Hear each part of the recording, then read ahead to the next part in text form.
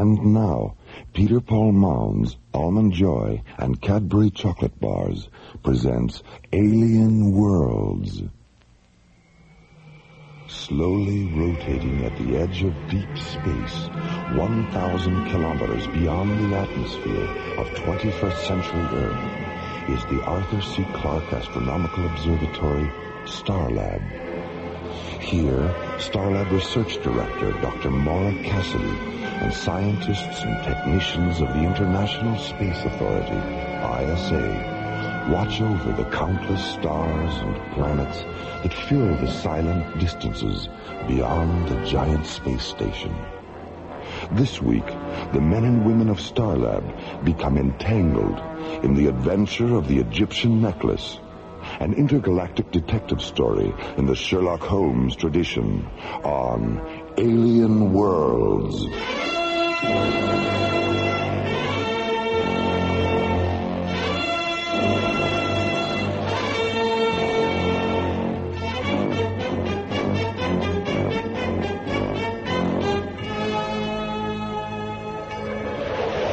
The Royal British Museum freighter Nile Delta, commanded by Captain Jack Lemus, is returning to Earth from the planet Thanatos. Aboard the freighter, the priceless King Tut exhibit, sent to Thanatos 2 weeks earlier as part of an interplanetary cultural exchange program. Nile Delta to Starlab Control. This is Starlab. Go ahead, Nile Delta. Is that you, Jerry?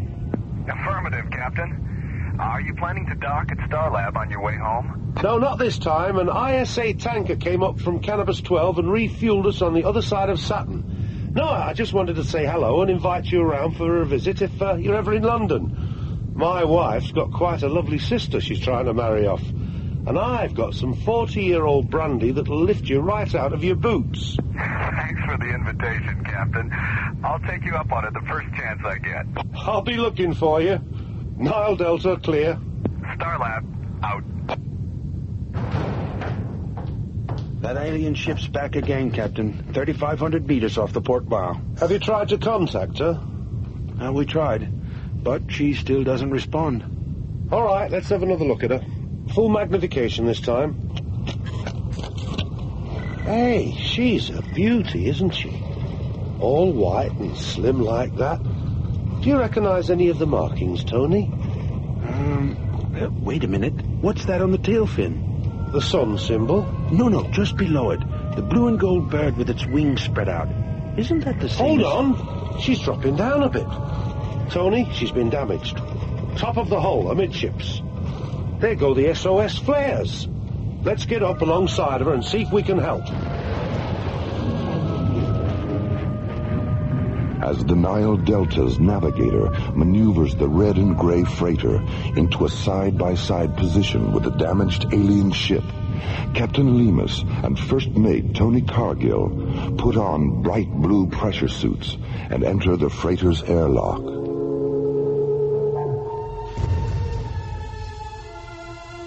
A moment later, an enclosed metal flex walkway slowly telescopes from the Nile Delta's airlock to an access hatch which is irised open in the hull of the fluorescent white alien spacecraft. You're very generous to give us your time and kindness. Well, hello. Who are you? My name is Piratep. I'm glad you didn't abandon us. Yours is the only vessel we've seen since the accident. When did it happen? 3 days ago. And some of our mariners have been injured. Is there a healer aboard your vessel? Yes, there is. And we have a complete medical facility as well. Then if you'll please follow me, we can begin transferring our injured to your ship.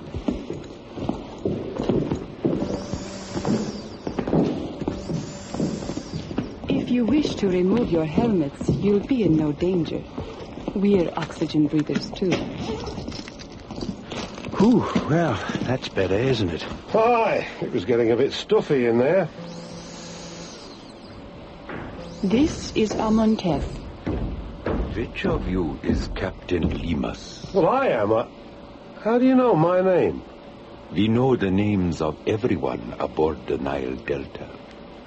We also know it carries the afterlife treasures and mummified body of Tutankhamun. Your ship isn't damaged at all, is it? No, it isn't. Don't look now, Captain. But I think we've been set up for a little of the old smash and grab.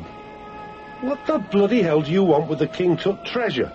It only has value on Earth. It's worthless out here. We don't want the entire treasure, Captain.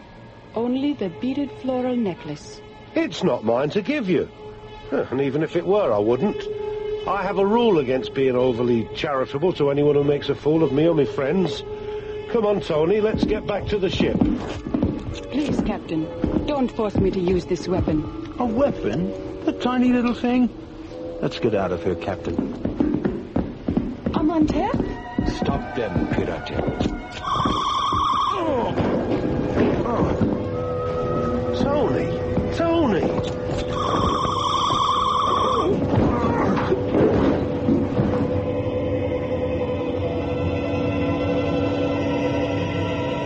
Alien Worlds will continue. Get the sensation, the cool combination, chocolatey and mint. Your peppermint patty. Cool the sensation, a perfect relation, chocolatey and mint. From Peter Paul. Cool as the snow falling light on the trees. Just take a bite for a cool minty freeze. Get New York, peppermint patty, and get the sensation. Get the sensation, a cool combination, chocolatey and mint. Your peppermint patty. Cool the sensation, a perfect relation, chocolatey and mint. From Peter Paul. Sends a shiver of cool right down to your knees. After one taste, you just gotta say, please, I want a York Peppermint patty to get the sensation. Get the sensation. Your peppermint patty. Get the sensation.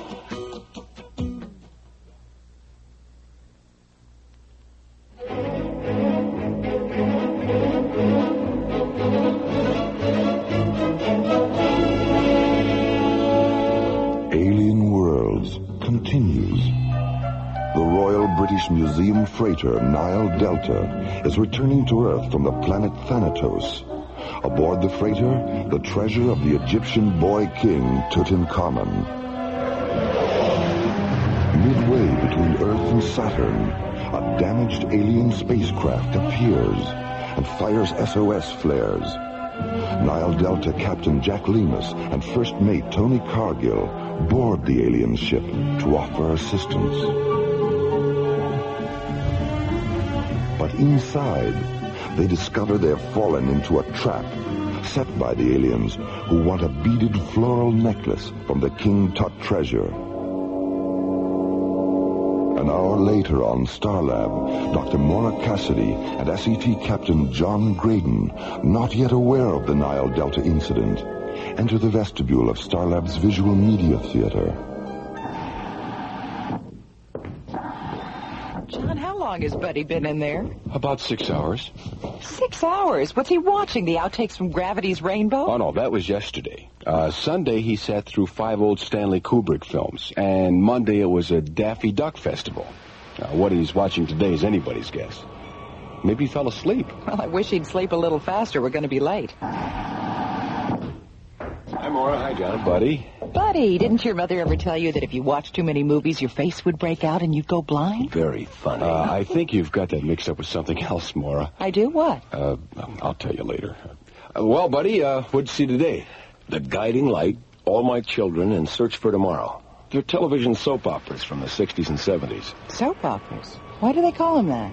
Were they musicals about people getting clean? Not exactly, Maura. They were mostly about people getting dirty. Dr. Cassidy, please contact the control bridge. Oh, we'll never make the lecture at this rate. Have they repaired the intercom terminal in the theater, Buddy? Well, it was working this morning. Be back in a minute. What did you think of those music tapes Ingrid brought back from Calabria? I was listening to one when I turned in last night. You know, the one with all the voices? The Hymn to the Vanished Canals? Yeah, that's it. And I fell asleep while it was still running, and I dreamed about kaleidoscope faces and stained glass animals all night. Incredible. Let's get up to the bridge. Something's happened to the Nile Delta.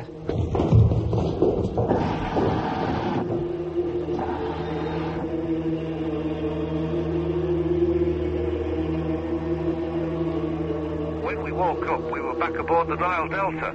The rest of my chaps were still knocked out, and the necklace and the aliens were gone. Is the necklace the only thing missing? We don't know yet. We're still checking the manifest. Have you notified the museum yet? I'm going to do that just as soon as... Stand by, Starlab. Dr. Cassidy, our medical officer, Dr. Lomax, he's just come up from the cargo bay. He said the aliens opened the coffin, unwrapped the mummy down to the neck, and took a tissue sample from its face. A tissue sample? Is Dr. Lomax absolutely certain about that? He's positive, Dr. Cassidy, and he's holding up a little gold surgical instrument they dropped. Well, put it in a safe place and we'll analyze it when you get here. See you around midnight, Captain. Starlab out. Nile Delta, clear. Buddy, John, what do you think? Well, we've got about 9 hours before the Nile Delta gets here. Let's go down to the library and pull the King Tut tapes out of the Egyptology section. Maybe we can turn up something. Why not? Meanwhile, at the Royal British Museum in London, Sir Dorian Bradford Gray, the museum's director, receives word of the Nile Delta incident. 15 minutes later, Sir Dorian reports the incident to British Prime Minister Lord Henry Gladstone Baggs.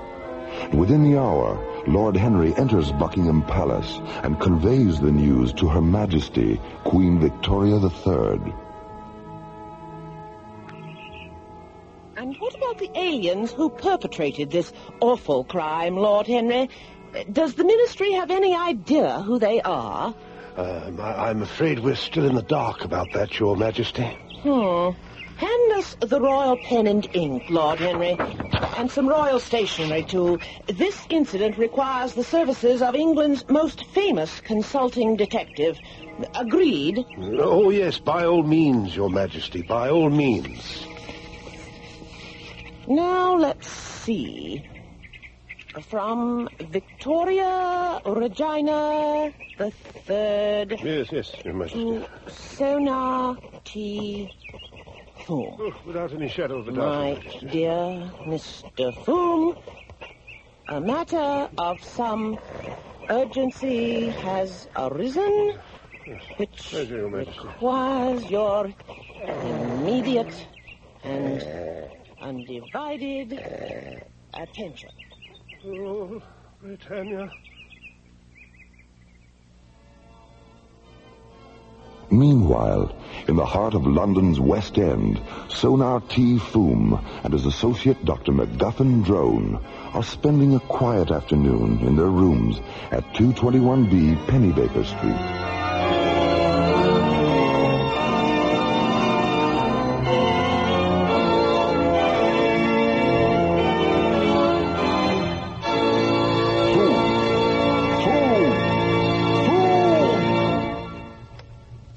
Did you say something, Drone? I really must protest, Foom. That instrument of yours had my London Gazette vibrating so rapidly, I could scarcely read today's news. Please forgive me, Drone, but you know how restless I am when there's nothing afoot to test my keen powers of observation and deduction. And music does, after all, soothe the savage beast. Well, if it's savage beasts you're interested in soothing, perhaps you should consider taking up residence at the zoo. Careful, Drone. I think you're skating on rather thin ice with that one. Just a moment. Do my ears deceive me, or is that Mrs. Hudson's cat-like tread upon the stair? Yes, that's Mrs. Hudson, all right. No question about it. Come in, Mrs. Hudson. Why, Mr. Foom, how on earth did you know it was me? Elementary, my dear Mrs. Hudson. There are just the three of us in the entire house. The doors and windows are latched from the inside. Dr. Drone and myself are, as you can plainly see, here in this room, which left only you, Mrs. Hudson, unaccounted for. Oh, Mr. Foam, you never cease to amaze me. I also perceive an envelope between the thumb and forefinger of your right hand, Mrs. Hudson. White, 6 inches square, addressed to me in violet ink. Oh, my, yes, I nearly forgot. It just arrived. May I have the envelope, please? Thank you. A message from none other than Her Royal Majesty. You don't say. Her Royal Majesty? How did you know that, Foom? The return address, my dear Drone. I recognize the royal zip code. Your powers of observation are absolutely uncanny, Foom. Yes. And now...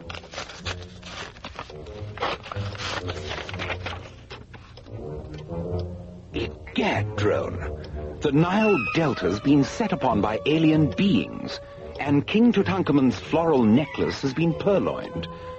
Her Majesty requests that we go to Starlab at once and assist in the investigation of this beastly crime. Mrs. Hudson, call the airfield and tell Smattering to prepare the Bellerophon. Right away, Mr. Foam. Now, let's get our equipment sorted out, Drone. The game is afoot, and a new adventure is at hand.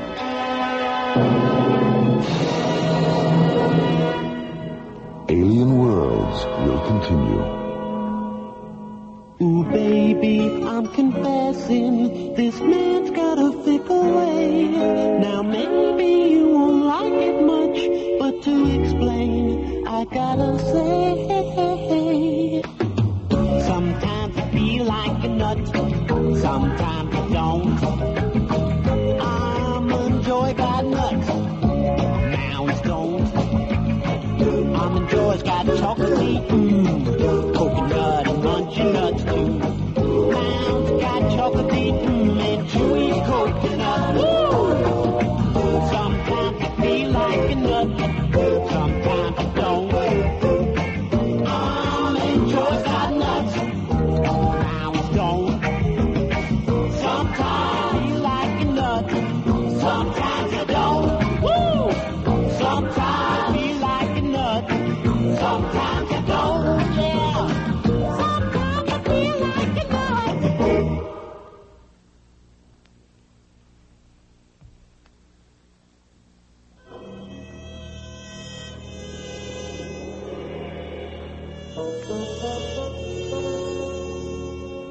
Alien Worlds continues. The Royal British Museum freighter Nile Delta is returning to Earth from Thanatos. Aboard the freighter, the treasures of Tutankhamun, sent to Thanatos 2 weeks earlier for exhibition. Midway between Earth and Saturn, the freighter is boarded by aliens who steal the King Tut floral necklace and take a tissue sample from the face of the boy king's mummy. When news of the Nile Delta incident reaches Queen Victoria III, she quickly notifies consulting detective Sonar T. Foom. Let's get our equipment sorted out, Drone. Her Majesty respectfully requests that we go to Starlab at once and assist in the investigation of this beastly crime. At the Pennybaker Street tube station, Foom and Drone board an urban link train that carries them to a small spaceport near Croydon. Crossing the field to Launch Pad 6, they board Foom's powerful multi-atmosphere cruiser, the Bellerophon, England's most sophisticated privately owned spacecraft. 30 seconds later, the Bellerophon jets out over the gray waters of the English Channel, banks up into a glacier-like mass of white clouds, and rockets away towards Starlab.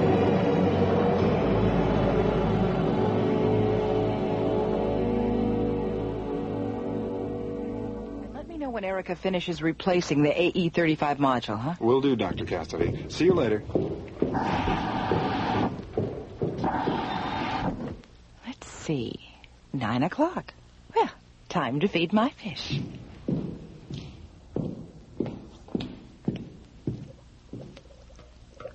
Hi, Winston. Hi, Emmett. Hi, Orpheus.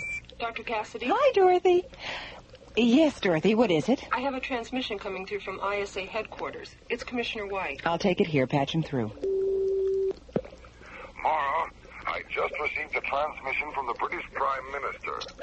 Sonar T. Foom is on his way up to help with the Nile Delta investigation. Good. I've always wanted to meet that man. When did he leave? Oh, about an hour ago. He should be docking in a few minutes. He and his partner officially represent the British government in this case, Mara, so give him all the help you can. All right, Commissioner, I'll keep you posted. Starlab out.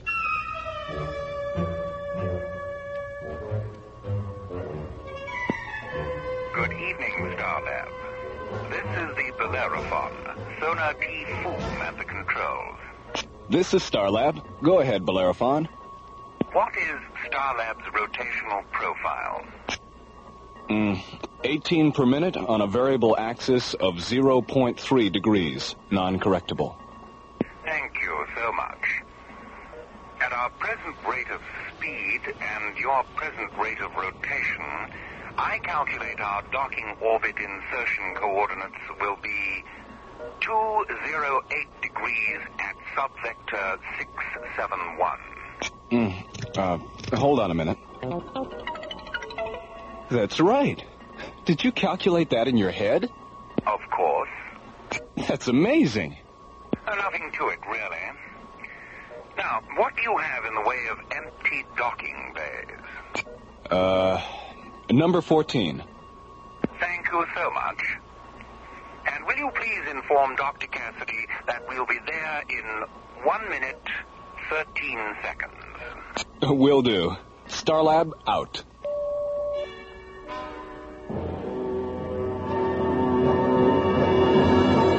All right, Jerry, have Polly bring them to my quarters as soon as they dock, huh? Okay, Mara. Well, you two look more red-eyed than usual. Where have you been? We went back to the library after dinner and ran the King Tut tapes again. Did you come up with anything? Yeah. You know that blue and gold bird symbol Captain Lemus described? The one on the tail fin of the alien ship? Mm-hmm. We found one just like it on King Tut's ecclesiastical chair. What does the bird represent? Well, it's actually a sacred vulture, and it represents the goddess Nekebet, a guardian of Upper Egypt and protectress of childbirth. When Captain Lemus gets here, we should run his visual scanner tapes of the alien ship against the library tapes to see if the symbols match. And if they do? If they do, we've concocted a pretty bizarre theory to explain why. I'm listening. Well, if the symbols match, and this is strictly hypothetical now, if they match, then maybe the aliens aren't aliens after all. Maybe they're Egyptians. Oh, come on, you two. Modern Egypt isn't capable of the kind of technology Captain Lemus described. That's the bizarre part of the theory, Nora. We're not talking about modern Egypt. We're talking about ancient Egypt. Good evening, Dr. Cassidy. Mr. Foom.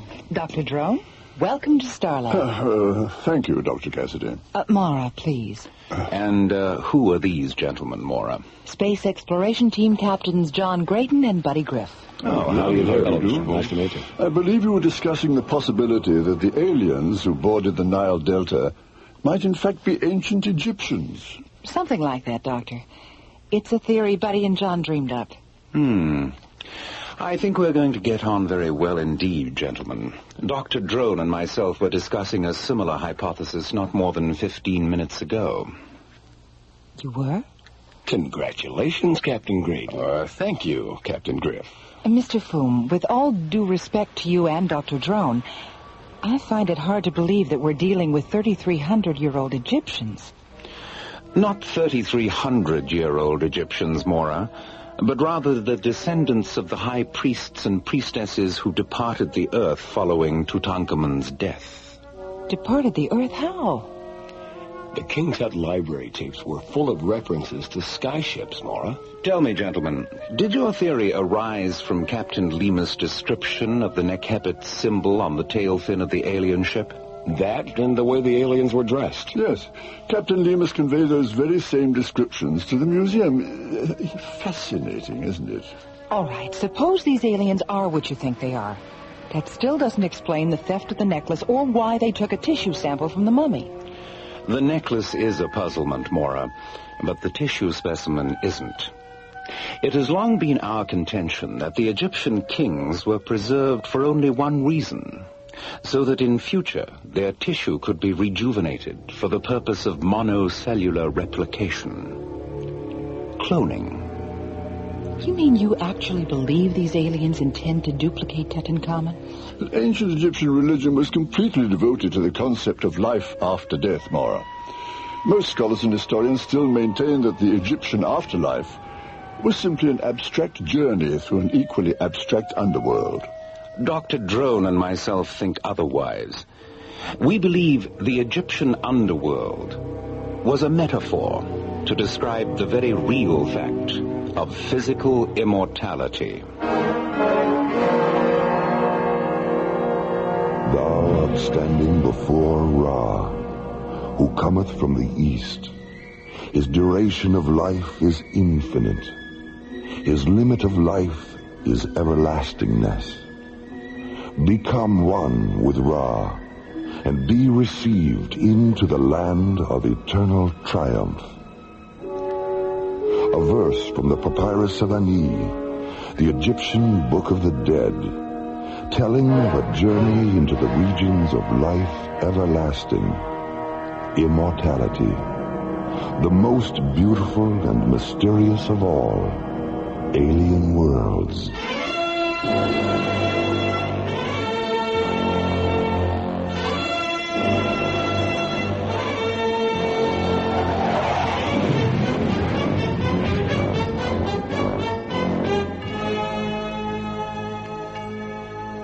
Part 1 of The Adventure of the Egyptian Necklace was written by Ron Thompson and starred Linda Gary, Chuck Olson, Bruce Philip Miller, and Corey Burton, with special guest stars Philip Clark, John Abbott, Joe Baker, John Galt, Carol Bilger, and Nora Denny.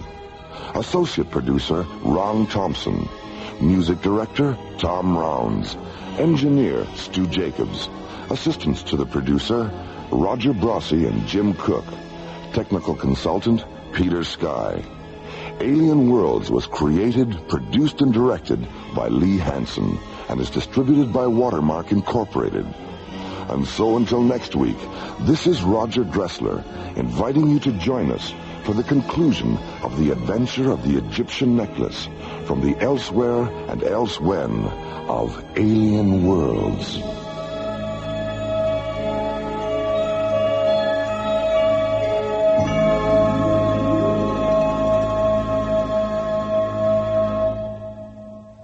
Peter Paul and Cadbury chocolate bars hope you have enjoyed Alien Worlds.